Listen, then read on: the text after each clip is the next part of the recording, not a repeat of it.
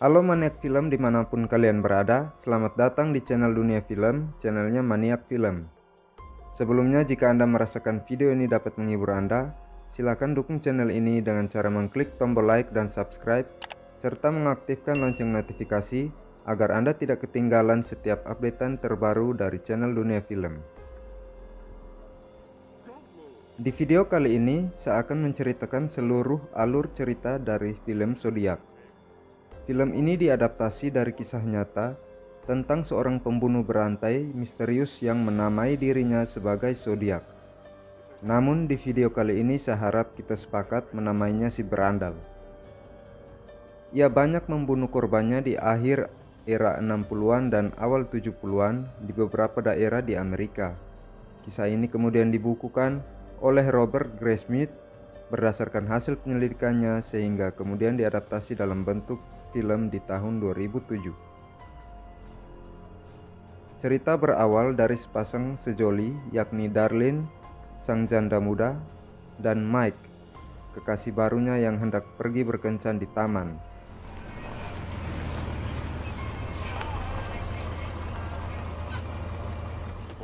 Setibanya di sana, mereka secara serampangan ditembak oleh orang tidak dikenal. Yang berhasil selamat hanya si Mike, sementara Darlene tewas di tempat. Beberapa waktu kemudian polisi pun datang karena ada seorang yang melaporkan kejadian ini melalui telepon.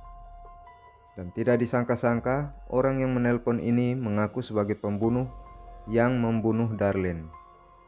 Adegan pun berganti ke perkotaan San Francisco, memasuki sebuah perkantoran yakni San Francisco Chronicle, diikuti dengan puluhan surat yang disortir lalu masuk ke ruang redaksi. Sebuah surat pengakuan aksi pembunuhan serta ancaman dari seorang bernama samaran Zodiac plus sebuah sandi dalam bentuk matrix cipher. Menurut saya bagian inilah yang paling menarik. Paul Avery yang diperankan oleh Robert Downey Jr. ditugaskan oleh bosnya untuk menulis dan mengikuti perkembangan kasus ini. Dia bekerja sama dengan Graysmith, seorang ilustrator muda yang bekerja di perusahaan koran itu dan memecahkan sandi tersebut. Namun, karena saking sulitnya memecahkan sandi tersebut, banyak orang mulai terlibat dan bahkan sandi tersebut dimuat di surat kabar dan dijanjikan akan diberikan imbalan bagi siapapun yang mampu memecahkan sandi tersebut. 3 hari kemudian, muncul kabar baik bahwa ada sepasang suami istri yang berhasil memecahkan sandi tersebut. Namun, tidak semua terpecahkan karena masih tersisa kode anagram yang membuat Graysmith semakin penasaran. 1,5 bulan kemudian, terjadi insiden berikutnya yang menimpa dua sejoli yang sedang piknik. Mereka berdua diikat lalu ditikam berulang-ulang kali. Si pria selamat dari insiden tersebut, tetapi doinya tidak.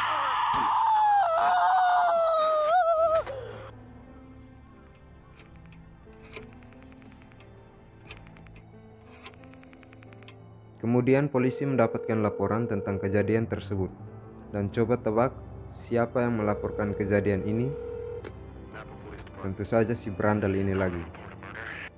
Graysmith mencoba memahami kepribadian si pembunuh bernama Zodiac ini. Kemudian mengungkapkan bahwa pembunuh ini sepertinya terinspirasi dari sebuah film lama yang berjudul The Most Dangerous Game, di mana si pembunuh menganggap bahwa setiap pembunuhan yang dilakukannya hanyalah sekedar untuk berolahraga. The Most Dangerous Game. It's a movie about a count who hunts people for sport. People. Di sisi lain, pemerintah mulai mengeluarkan peraturan baru, yakni PSBB. Maksud saya jam malam mulai diterapkan. Setiap orang yang berada di wilayah San Francisco dipaksa untuk tidak melakukan aktivitas melebihi batas waktu tertentu di malam hari. Tapi tetap saja si berandal ini punya jalan sendiri. Dia kemudian melakukan pembunuhan selanjutnya terhadap seorang supir taksi di malam hari. Namun, kali ini ada sedikit celah di mana ada yang menyaksikan pembunuhan tersebut. Dikatakan bahwa si Zodiac memiliki ciri-ciri tubuh kekar, berkulit putih, dan menggunakan kacamata. Selain itu, tidak ada kesaksian lebih karena gelapnya wilayah di sekitar TKP. Keesokan harinya, kantor surat kabar San Francisco Chronicle dikejutkan dengan adanya surat disertakan dengan kain berdarah sebagai bukti pembunuhan semalam. Tentu saja pengirimnya adalah si berandal ini. Di bagian akhir suratnya, dia mengancam akan membunuh segerombolan anak sekolah yang akan naik di sekolah. Untuk mengatasi pembunuhan terhadap anak-anak tersebut, pihak kepolisian bekerja sama dengan salah satu stasiun televisi untuk berbicara dengan si berandal ini. Dalam sesi tanya jawab di stasiun televisi tersebut, si berandal ini mengaku melalui teleponnya bahwa dia membunuh karena selalu merasakan sakit di kepala. Bayangkan saja, itu baru sakit kepala sudah bunuh orang. Kalau seluruh badan sakit, kacau balau semua orang. Si berandal tahu bahwa polisi sedang mencari jejaknya melalui telepon. Maka coba tebak apa yang dilakukannya? Si berandal ini kemudian memberikan instruksi bahwa dirinya bisa ditemui di Daly City, Saint Vincent de Paul pada pukul 10.30. Karena acara ini ditayangkan langsung di televisi, banyak orang mulai dari wartawan, orang tua, anak, cucu, cece, semua sudah berkumpul duluan di tempat yang dijanjikan sebelum polisi datang. Alhasil jejaknya juga hilang. Singkat cerita, 2,5 bulan kemudian terjadi kasus berikutnya yang menimpa seorang ibu dan anak di malam hari. Mereka dicegat oleh si berandal dengan alih-alih ingin membantu sang ibu dan anak yang mengalami kendala dikarenakan pecah ban mobil.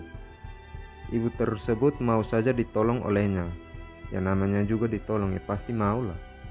Si ibu dan anak kemudian menumpang di mobilnya si berandal, tetapi beruntungnya mereka berdua tidak dibunuh.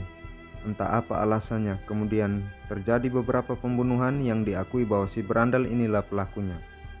Tetapi muncul keraguan dari Paul dan Grace Smith. Si berandal ini sepertinya hanya ingin numpang tenar alias pansos.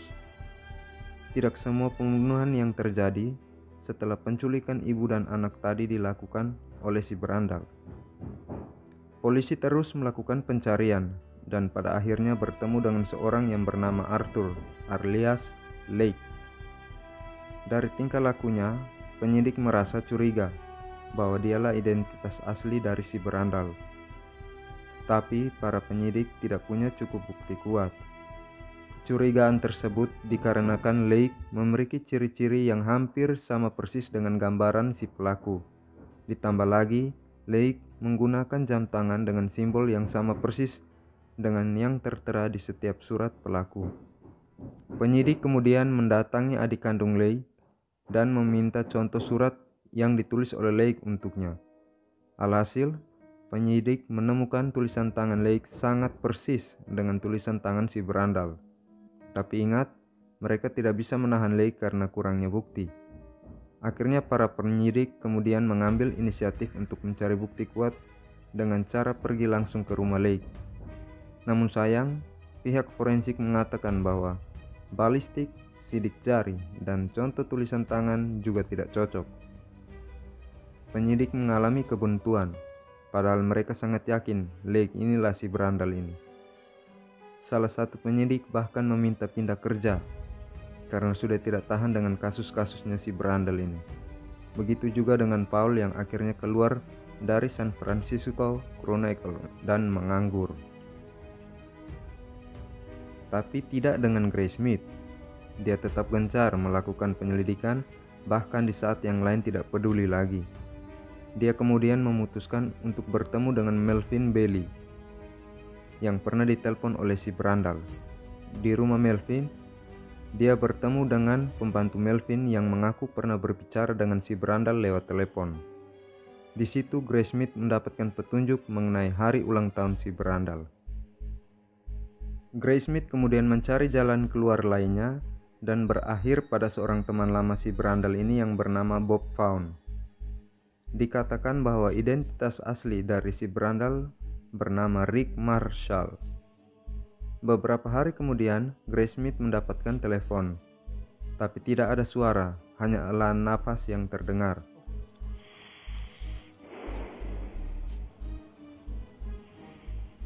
Hello, who is this?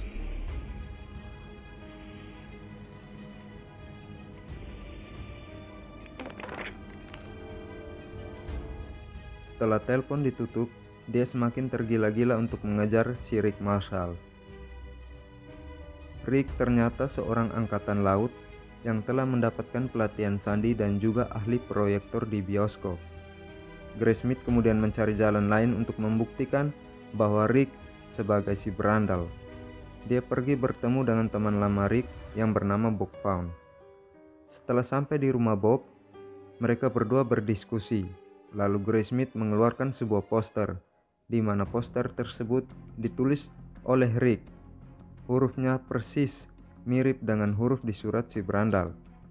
Tapi Bob menyangkal bahwa itu bukan huruf Rick, melainkan hurufnya sendiri. Nah, adegan yang janggal ini membuat alur cerita di film ini semakin membingungkan. Graysmith yang terlanjur ketakutan kemudian pamit dan berlari pulang. Karena menurutnya Bob inilah si berandal. Setibanya di rumah, Graysmith sadar kalau istri dan anaknya sudah pergi meninggalkan dia lewat surat yang ditinggalkan oleh istrinya, karena tidak tahan dengan kelakuan Graysmith yang terobsesi dengan identitas asli si berandal. Di halaman belakang surat istrinya, dia melihat nama yang tidak lain adalah nama dari kakaknya Darlene, si korban pertama, yang hendak Graysmith temui. Linda nama kakaknya. Mereka kemudian bertemu dan berbagi informasi. Namun informasi Graysmith dapatkan sangat bertolak belakang dengan dugaannya selama ini. Linda mengatakan ada seorang yang sangat mencurigakan sebelum Darlene tewas ditembak. Tetapi orang tersebut namanya bukan Rick, melainkan Lake. It was Lee. Lee? Yeah, Lee. Sounds right. Graysmith kemudian pergi ke kantor polisi lalu melaporkan hal ini pada pihak kepolisian. Namun informasi ini tidak digubris oleh kepolisian karena kasus ini sudah ditutup. Dia kemudian pulang ke rumahnya dan ditelepon oleh orang yang tidak dikenal, tapi hanya helaan napas berat yang didengarnya sama seperti sebelumnya. Hal tidak terduga pun terjadi. Istrinya tiba-tiba saja datang dan menyodorkan sebuah berkas tentang Lake. Dalam berkas tersebut ada fotokopi SIM Lake dan tertera tanggal lahir Lake yang sama dengan perkiraan Graysmith saat berbincang dengan pembantu rumah tangga Melvin. Hal ini kemudian dilaporkan kepada Dave si penyidik. Tetapi ingat kembali bahwa Lake sudah melewati penyidikan terlebih dahulu dan dinyatakan tidak bersalah.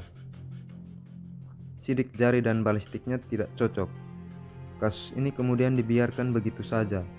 Tetapi Graysmith tetap melanjutkan bukunya tentang si berandal ini. 7,5 tahun kemudian, Graysmith sudah menjadi seorang penulis ternama dengan bukunya yang berjudul Zodiac yang telah menjadi bestseller di masa itu. Di scan ini, pihak kepolisian kembali menghadirkan Mike, korban pertama si berandal yang sangat lama sudah selamat dari kejadian. Di sini Mike diberi beberapa foto. Foto ini merujuk kepada pelaku yang mungkin saja diingat oleh Mike saat kejadian 22 tahun yang lalu. Mike kemudian menunjukkan foto Lake yang dilihatnya saat malam kejadian itu. Dia sangat yakin bahwa Lake yang menembak dia waktu itu. Pihak yang berwenang kemudian merencanakan agar Lake disidang. Tetapi sebelum disidang, Lake sudah mengalami serangan jantung dan meninggal. Kasus ini pun digantung hingga sekarang. He had a round face like that. Who's this man? All right. Zombie apocalypse.